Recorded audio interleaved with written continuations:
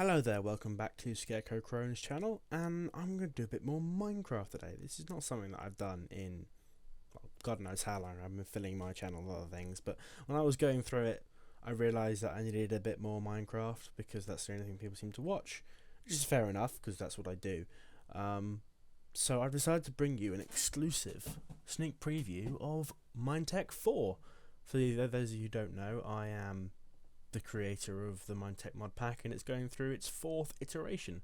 So I'd like to show you guys what we've been working on in this long period of absence.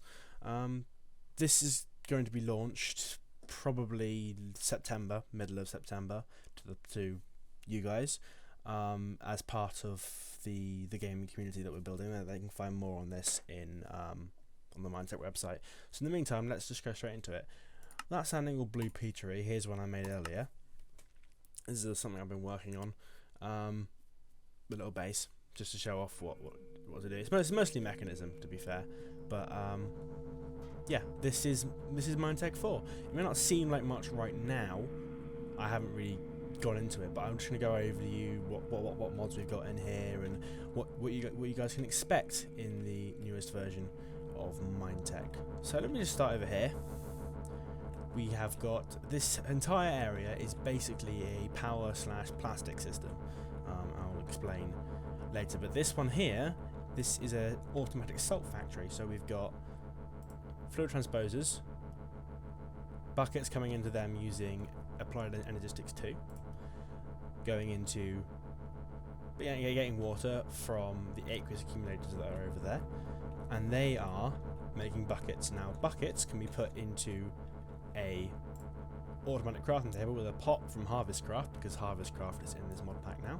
I'll just get rid of that. And turn into salt. And there we have salt. Oh, I keep doing that. I really keep just stop. But we got salt going into these chemical oxidizers. Let's take some more out. Put it on here. And then that gets turned into gaseous brine, which is converted into brine and put in this tank. And I find that this is a much simpler way of doing it than the salinisation plants that are part of mechanism. But they're actually not called salinisation plants anymore. They're called solar evaporation plants, because you guessed it, we're running mechanism version 8, the newest version of mechanism. MineTek 3 was mechanism version 6 and then 7, but this is absolutely fantastic, as you will see in a minute. So we have brine going into here. This is a little project of mine that I've been working on for a little bit. This is a crusher. It's an upgraded crusher. It's taking apples from my farm upstairs. I will show you more, because it's the new version of forestry. It's pretty cool. That's crushing apples into biofuel.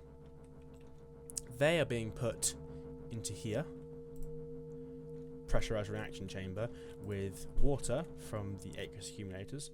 That also feeds the rest of my water machines. And hydrogen being produced by these electrolytic separators, and that creates, all mixed together, substrates. But it also creates ethylene. Now ethylene is really important, because you can use it to make plastic, or you can build an absolute metric shit ton of gas burning generators, and they will make vast amounts of power. There's 19 of these per row. I've got 4 rows, you can do the math yourself. And they are creating loads of power. Now this is just one system, so 3 generators, a crusher that's been upgraded, and a pressurized reaction chamber that's been upgraded, and this creates more than enough power to power this setup at least 6 more times easy, even with full upgrade. So this system generates huge amounts of power, more power than I'll ever need, and it's actually quite simple and straightforward. Single unit of ethylene burning in one of these things creates one of these. So 70 of these. I think I've got 72 of these, and it just creates loads of power, and it's really simple to set up and use.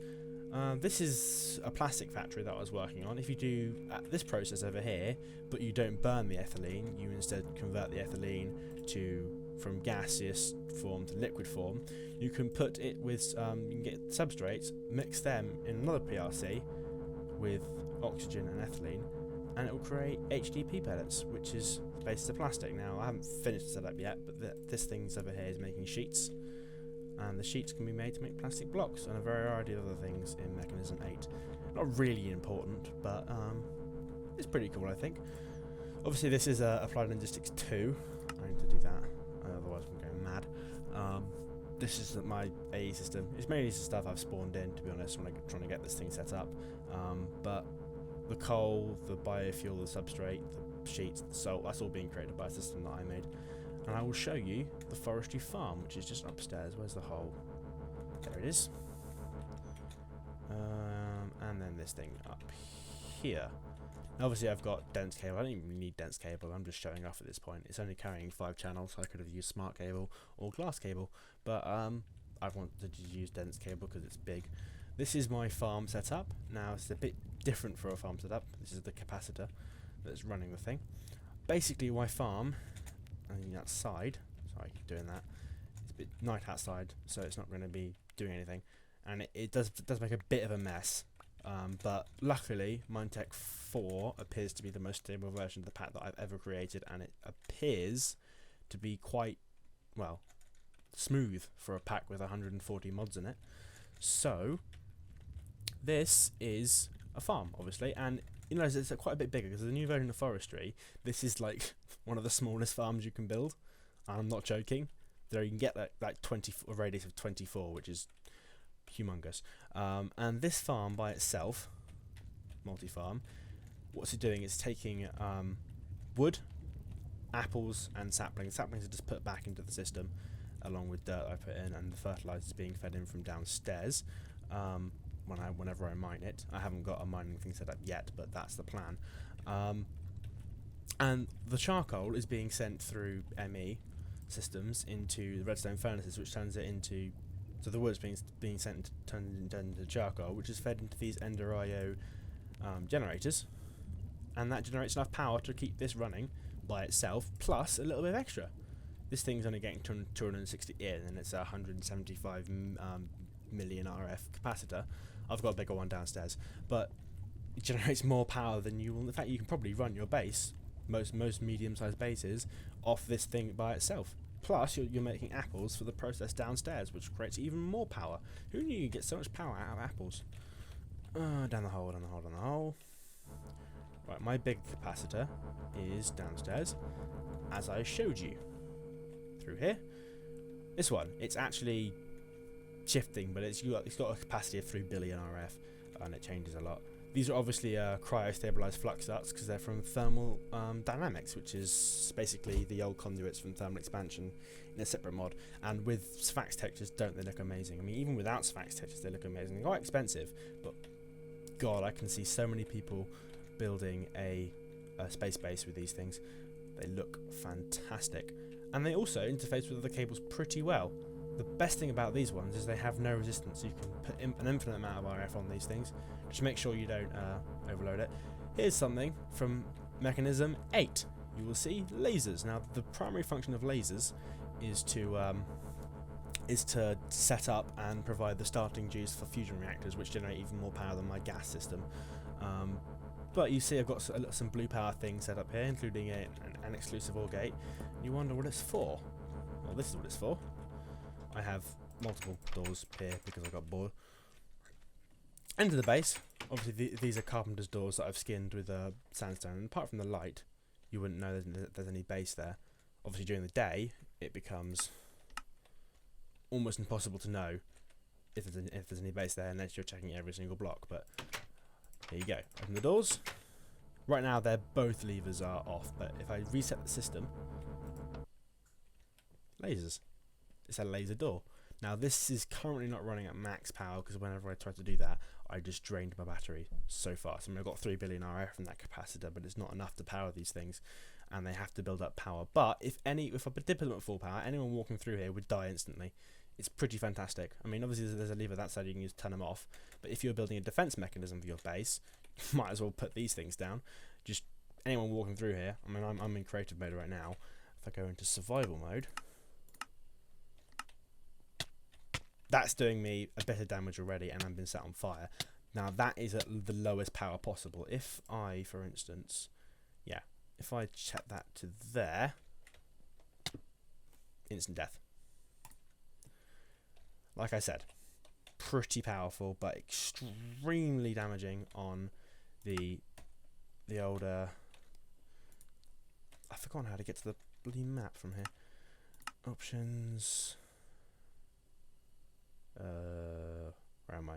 Controls. Galaxy map. Just turn that off. And map. Voxel map. Fantastic. That should be alright then. Yep. We're using voxel map currently because we're trying to sort out journey map for this mod pack, but right now voxel map's what we're doing. Oh dear, that's you see what I did there was I forgot I died in a high energy laser beam, and I died again. So let me just go back. That was a dumb thing to do.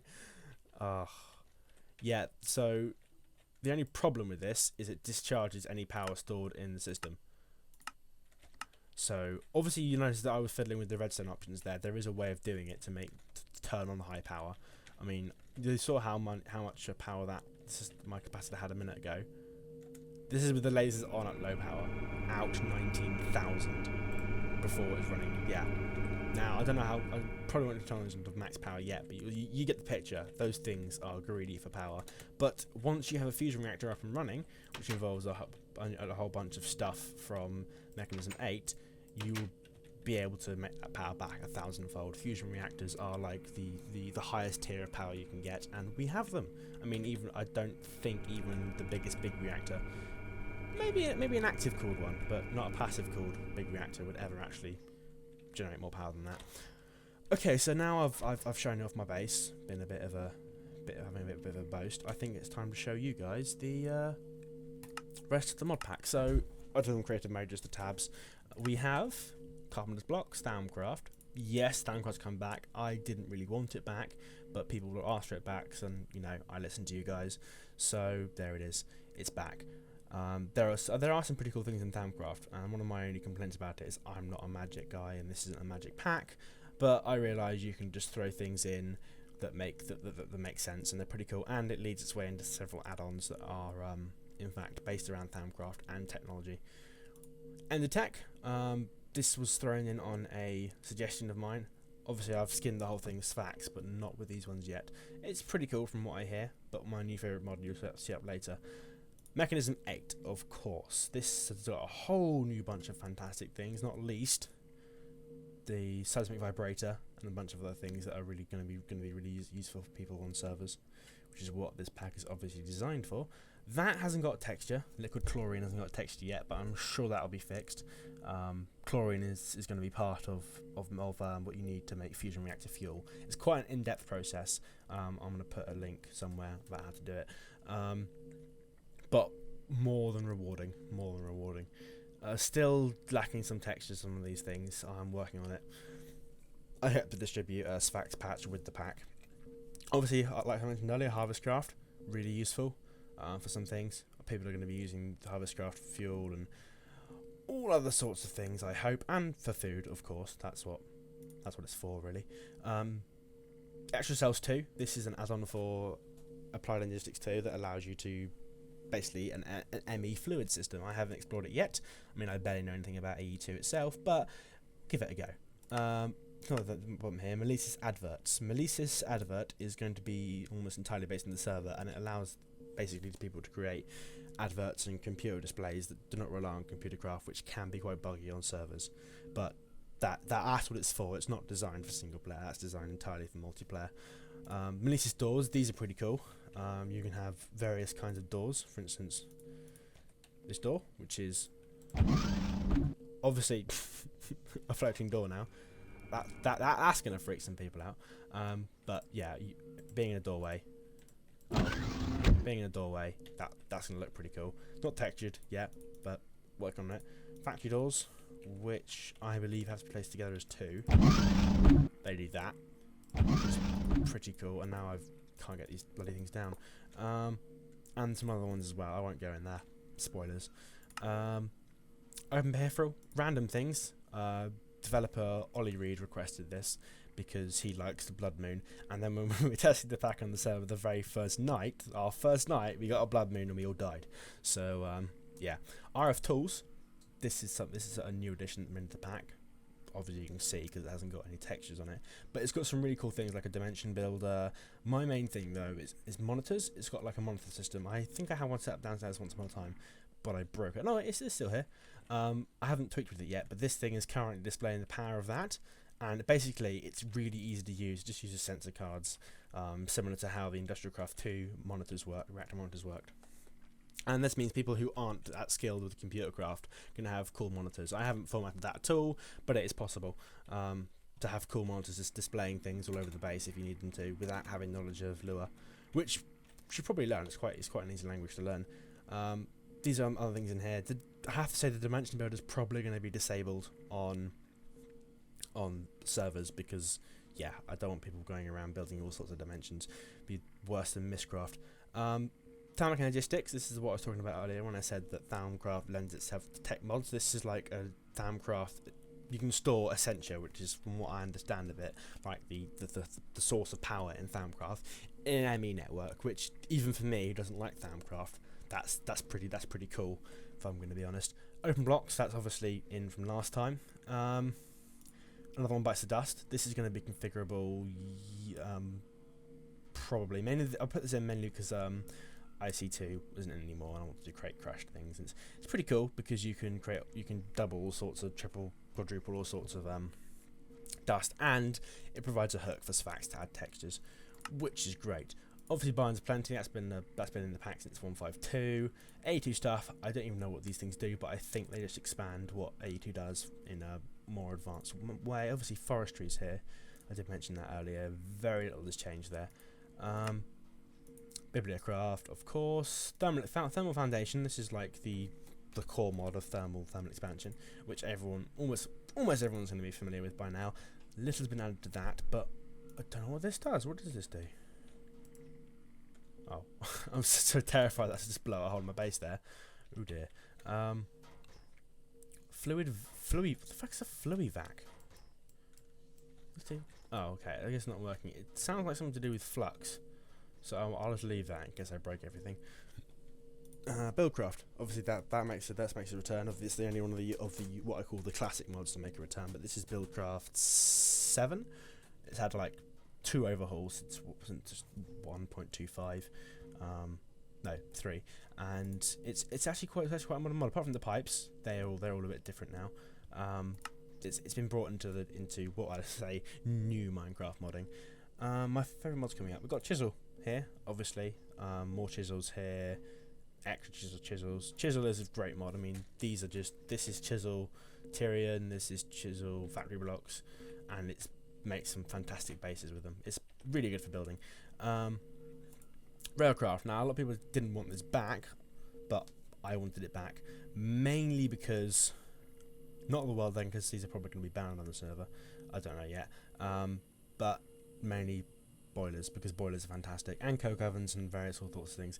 Railcraft's been in the pack for a long time, and I saw no reason to get rid of it. So, there you go. Where are we now? More chisel props. Highly requested DecoCraft. There are many things from DecoCraft that you can have. How's just a okay? Yeah, DecoCraft's pretty. I mean, I like this feature of DecoCraft, the outline drawing of how things are going to be rendered. That is pretty cool. Mad props to the author for that. And I decorate things. That's what it's for. DecoCraft decorating. Clearly, there are a lot of tabs for DecoCraft. That's the only thing that really pisses me off about it. Right, now we're back onto where we should be. Mine Factory Reloaded. Obviously, a core addition to the pack. This has got some new things for the new version, and a lot of the bugs have been fixed with it, which is always good. I'm definitely going to be exploring this myself. I always wanted to build like a conveyor system factory, that I never actually got around to doing it because pipes are always more effective. But now, obviously, this pack is being optimized as we speak, which means putting entities on belts isn't going to slow down your game so much, which is always good. My new favourite mod of all time, Ender.io. It's absolutely fantastic. This is like a thermal expansion thing, but it's in my opinion slightly better, mainly because of this. Put this down here. If you haven't used Ender.io before, it's absolutely fantastic because the IO system, look, This is literally, it shows you what's around it. Move it around. If I put another one of these down next to it, it knows that it's there. And you can click on this one as well and have them feed around. It is absolutely amazing. And pull, push, pull, disabled. Oh, it's fantastic. It's really pretty, and it's gonna be the mainstay of my bases in the future. It's also got the vibrant capacitors, which actually originally I was planning way back in 1.5.2 to make a capacitor mod. Never got around to it, and I'm glad someone who actually knows what they're doing did in the end.